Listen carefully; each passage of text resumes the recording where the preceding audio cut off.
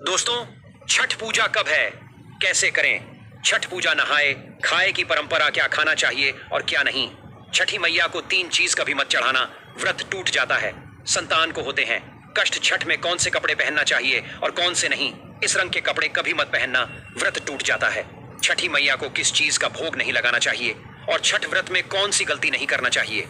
और यदि जिनके घर के पास नदी या तालाब या गंगा या समुद्र नहीं है, तब वह क्या करें। और साथ ही जानिए 3 ऐसी महिलाएं हैं जिन्हें छठ का व्रत नहीं रखना चाहिए। छठ पूजा नहीं करना चाहिए, घोर पाप लगता है, व्रत टूट जाता है, उल्टा संतान को जीवन भर मिलते हैं कष्ट।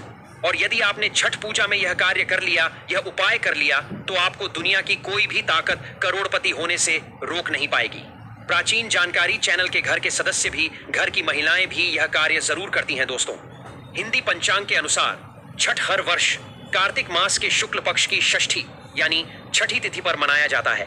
यह हमेशा दीपावली के 6 दिन बाद पड़ता है, जो नहाए खाए की परंपरा से प्रारंभ होता है। यह व्रत करने वाले व्रत भारी 36 घंटे तक निर्जला व्रत रखते हैं, जिसके बाद छठी मैया की आराधना और सूर्य देव को अर्घ्य देने के बाद इस व्रत का समापन किया जाता है। यदि संतान आपकी बार बार बीमार पड़ जाती है, सर्दी खांसी जुकाम, बार बार अस्पताल में बच्चा भर्ती होता है, उसके इंजेक्शन बार बार लगते हैं, बच्चों के शरीर पर सूजन आ जाती है, पैर में तकलीफ, शरीर में तकलीफ, तब ऐसे समय में उस स्त्री को छठ पूजा अवश्य करना चाहिए जिसकी संतान को कष्ट मिलते हैं। तब छठी मैया की कृपा से छठ माता स्वयं उस संतान की रक्षा करती है। छठी मैया बहुत प्यारी है, संतान की स्वयं रक्षा करती है, परिवार की रक्षा करती है। परिवार में कभी विपदाएं नहीं आती। छठी माता का हृदय इतना कोमल है जिसकी आप कल्पना नहीं कर सकते। खासकर संतान दीर्घायु होती है, परिवार खुशहाल होता है, जीवन भर इतना सुख घर में बरसता है जिसकी आप कल्पना भी नहीं कर पाएंगे। छठी माँ ब्रह्मांड की माँ है, संसार की माँ है, संतान की माँ है, जो सच्चे दिल से एक बार छठी मैया को प्रसन्न कर लेता है। समझो उसने 7 बार पृथ्वी की परिक्रमा कर ली, गंगा स्नान कर लिया, धार्मिक यात्रा कर ली, देवताओं की परिक्रमा करना माना जाता है। छठ पूजा 2025 शुभ मुहूर्त। कार्तिक माह के शुक्ल पक्ष की षष्ठी तिथि 27 अक्टूबर 2025 को सुबह 6:04 से शुरू होगी और 28 अक्टूबर 2025 को सुबह 7:59 पर समाप्त होगी। दोस्तों, सबसे पहले हम यह जानते हैं कि ऐसी कौन सी महिलाएं हैं जिन्हें छठ पूजा नहीं करनी चाहिए। लगता है घोर पाप और व्रत टूट जाता है, छठी मैया क्रोधित हो जाती है। हम यह भी बताएंगे माता को क्या चढ़ाना चाहिए, क्या नहीं, खाने में क्या खाना चाहिए और क्या नहीं।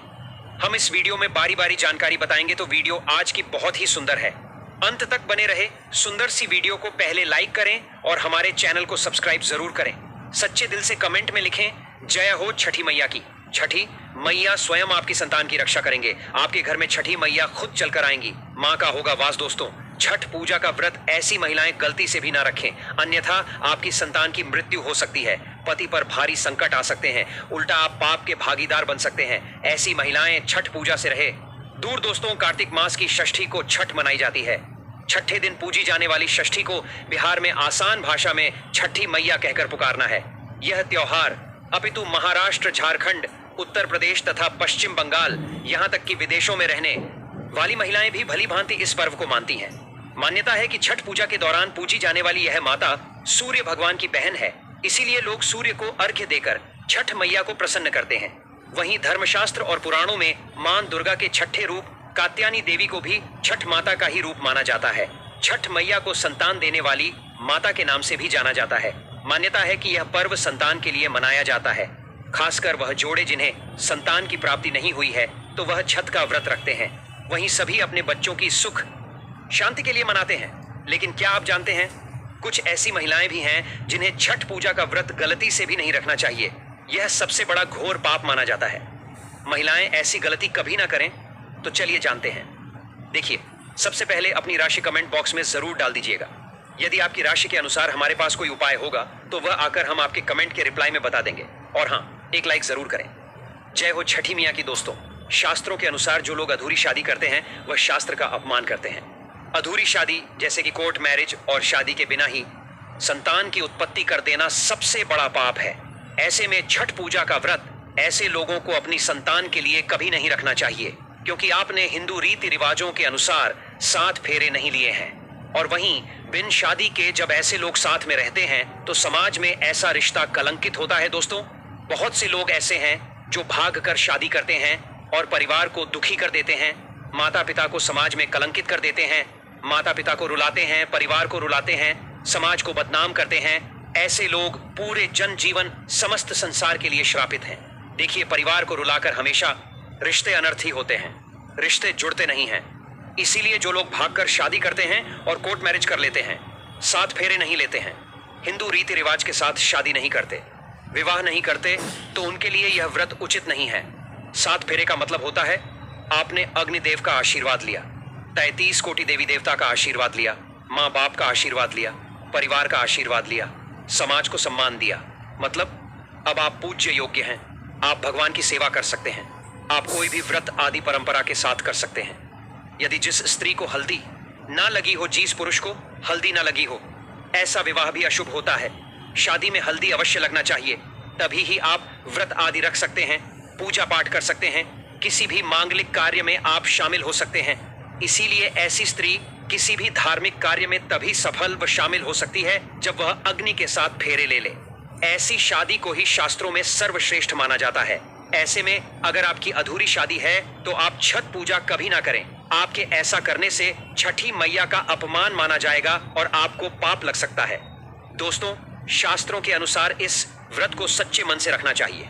अगर कोई महिला शौक में यानी बेमन से इस व्रत को रखती है तो उनके पति या संतान की मृत्यु या उन पर कष्ट आ सकते हैं। सच्ची श्रद्धा के साथ छठ पूजा का व्रत रखना चाहिए।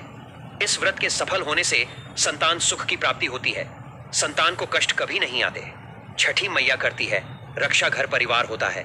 खुशहाल जो लोग छठ पूजा करते हैं तो छठी मैया उनके इर्द गिर्द, उनके घर के आसपास सदैव घूमती रहती है, उनकी रक्षा करती है, उनकी संतानों की रक्षा करती। जो 5 महिलाएं हैं उन्हें संतान सुख की प्राप्ति देती है, लेकिन सच्चे हृदय से ही। माता को पुकारे। दोस्तों, छठ पूजा करने से सैकड़ों युगों के फल की प्राप्ति होती है, परिवार में सुख समृद्धि धन की प्राप्ति होती है। छठी मैया की पूजा से सभी मनोकामनाएं होती हैं। पूरी वहीं कुंवारी कन्याएं और पुरुष भी छठ पूजा कर सकते हैं। छठ पूजा का फल कई लाख गुना प्राप्त होता है। इससे व्यक्ति के सभी पाप खत्म हो जाते हैं और सुख समृद्धि की प्राप्ति होती है। छठ पूजा का व्रत पूरा करने से स्वयं छठी मैया आपके पूरे घर की रक्षा करती है। दोस्तों, अब यह भी जान लेते हैं कि छठ मैया को ऐसी कौन सी 3 चीजें हैं जो नहीं चढ़ानी चाहिए। भयंकर पाप लगता है दोस्तों। नंबर 1, सूर्य भगवान को अर्घ देने के लिए तांबे का लौटा ही प्रयोग करें, लेकिन भूलकर भी चांदी, स्टील, शीशा और प्लास्टिक के बर्तन से अर्घ नहीं देना चाहिए। इससे व्रत टूट सकता है दोस्तों। नंबर 2, व्रत के दौरान घर में कभी भी मांसाहार ना बनाएं और ना ही परिवार में किसी को खाने दें। जो लोग इस दिन लहसुन प्याज का खाना बनाते हैं और खाते हैं तो उन्हें छठी मैया उल्टा बर्बाद कर देती है, श्राप दे देती है। इस दिन छठी मैया को भोग लगता है। तो घर में यदि आपके परिवार में किसी ने व्रत रखा है तो आप भी लहसुन प्याज का इस्तेमाल ना करें। आप किसी और दिन को खा सकते हैं, लेकिन मांस, मदिरा, लहसुन, प्याज आदि ना खाएं। मान लीजिए छठ व्रत आपकी बहन ने रखा है और आप दूर भी रहते हैं, तब भी आप लहसुन प्याज ना खाएं, नहीं तो उनका व्रत टूट सकता है। साथ ही साथ व्रत के दौरान घर में मदिरा आदि और धूम्रपान भी नहीं करना चाहिए दोस्तों। नंबर 3, छठी मैया का प्रसाद बहुत ही शुद्धता के साथ बनाया जाता है। उनका प्रसाद हमेशा ऐसे चूल्हे पर बनाएं जिसे ताजी लेपा गया हो। यदि गैस पर बना रहे हो तो गैस स्टोव को अच्छी तरह से धो लें। पहले से बने चूल्हे पर कभी प्रसाद ना बनाएं, इसके लिए नया चूल्हा ही बनाएं दोस्तों। नंबर 4, सूर्य को अर्घ्य देने से पहले कभी भी भोजन ग्रहण ना करें, घोर पाप लगेगा। व्रतधारी लोगों को पहले और दूसरे दिन सूर्य को जल देने के बाद ही भोजन करना चाहिए।